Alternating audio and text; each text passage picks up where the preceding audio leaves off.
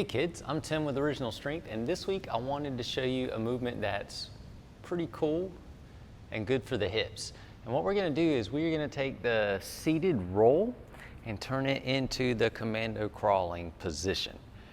So if you're not familiar with the seated roll, you sit like so with the long levers, and you're gonna take your eyes in your head and rotate your body that way. Let the spine follow, let the hips follow. So as you rotate, this hip goes into internal rotation, and then you take your eyes and head back the other way, let this hip open back up. It goes in external rotation, this one goes in internal rotation. But anyway, this is the seated roll. And what we're gonna do is take this and turn it into the commando crawling position. So here we are, and we're gonna come back to the seated roll. Eyes, head, body, commando crawl, how you doing? And then come back. So pretty simple. We're just taking that seated roll, coming down to the forearms, bringing that leg all the way up to where the elbows are, taking that leg, reaching back behind us, undoing the roll, and coming back to here.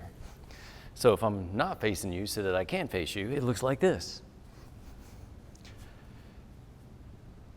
We just lower ourselves down as that leg comes up, reach back with the leg, put ourselves back up, lower ourselves down, leg comes up, reach back with the leg, put ourselves back up.